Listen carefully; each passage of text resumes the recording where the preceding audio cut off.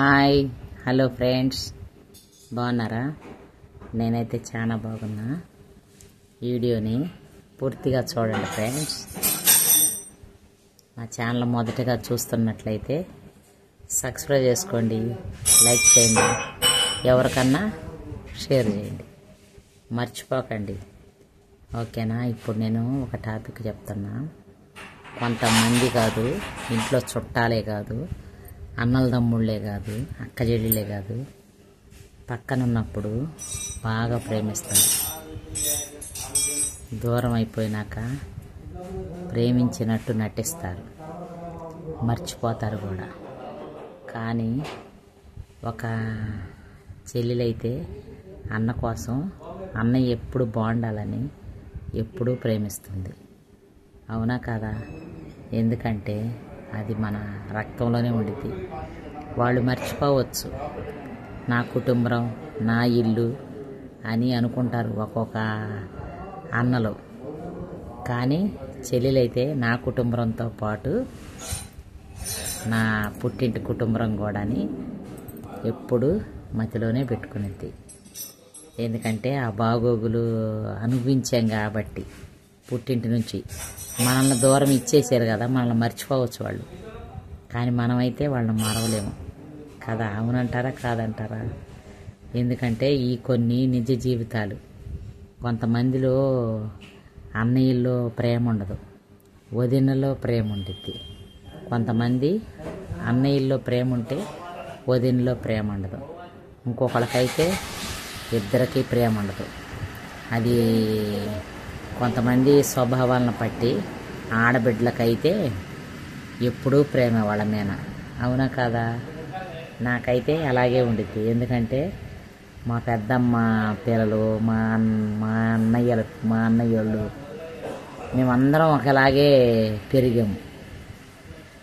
మా అమ్మోళ్ళు ముగ్గురు తోడుకోళ్ళు అయితే ఎప్పుడు ఏరుబందంగా చూసుకోలే.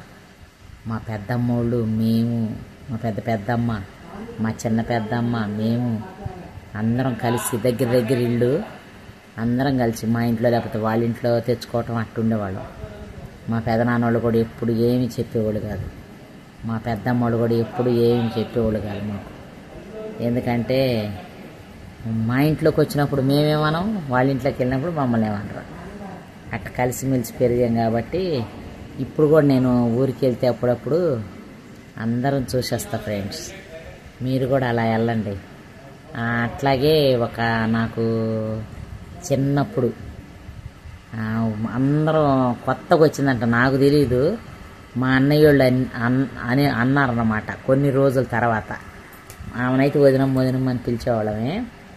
కొన్ని రోజుల తర్వాత అమ్మాయి మన ఇళ్లలోకి ఫస్ట్ వదినగా ఆమె వచ్చింది, అందుకని అందరూ ఆమెనే వదినమ్మ అని పిలిచేవాళ్ళమే అని అనేవాళ్ళు. అయితే ఆ వదినమ్మ నాకు ముక్కు కుట్టింది, చెవులు కుట్టింది. ఆమెనొక్కదాన్నే వదినమ్మ అనేవాళ్ళం. ఇంకందరూ వదినల తర్వాత వచ్చిన వదినల్ని వదిననే పిలుస్తాం. మా అన్నయ్యోళ్ళ కాడి నుంచి కూడా ఆమెనొక్కదాన్నే వదినమ్మ అంటారు. కానీ ఆమె మా రిలేషను కాదు. కానీ అట్లా ఎంచుకున్నాం, రిలేషన్ లాగా ఎంచేసుకున్నాం. ఇక వాళ్ళు వేరే ఊరు నుంచి వచ్చి ఇక్కడ సెటిల్ అయిపోయారు అప్పుడు మా ఊరిలో. కానీ వదినమ్మలాగా ఎంచుకొని అందరూ వదినమ్మ అందరూ వదినమ్మ అనేవాళ్ళమే.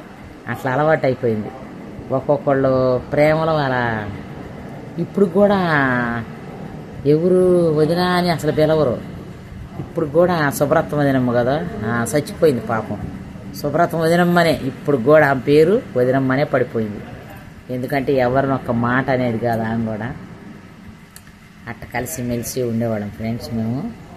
కానీ అన్నా చెల్లెళ్ళ ప్రేమ అయితే చాలా ముఖ్యం. అన్నా చెల్లెళ్ళ మీద నేను ఇప్పుడు ఒక పాట పాడుతున్నా. పాట పాడి యూట్యూబ్లో పెడతా. నచ్చితే లైక్ చేయండి, షేర్ చేయండి, సబ్స్క్రైబ్ చేయండి. ఓకేనా?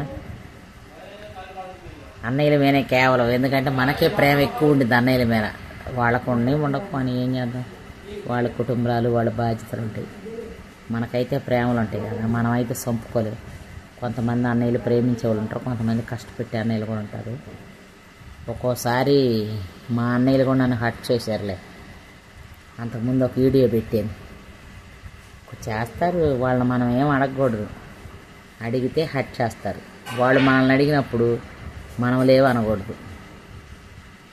ఆడపిల్లం కదా, అట్లా ఉంటుంది వ్యవహారం. అయినా నాకు ప్రేమ చచ్చిపోక ఈ పాట పాడుకుంటా అప్పుడప్పుడు. అది సినిమా పాటే, కానీ నేను మీ ముందు కూడా పెడదామని ఆశపడతాను అంతే. ప్రతి జన్మలోన నీ చెల్లినయ్యి వరమివ్వు నాకు చాలంట. ఇప్పుడు మా అన్నయ్య వాడతాడు. దేవతల తోడు,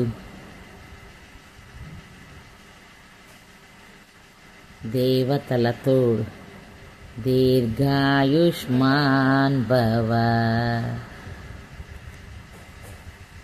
అన్నా చెల్లెల అనుబంధం, జన్మ జన్మల సంబంధం, కోటి జన్మలకు కోలాహలం. మంచిగానే పాడేదాన్ని, ఇప్పుడేందో తప్పు పాడినట్టుందా. ప్రతి జన్మలోన నీ చెల్లినయ్యే వరమివ్వు నాకు చాలంట.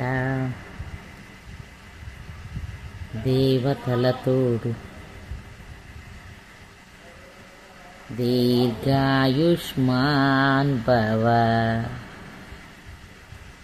రావట్లేదు ఫ్రెండ్స్, ఎందుకో ఏమో, ఏమనుకోకండి.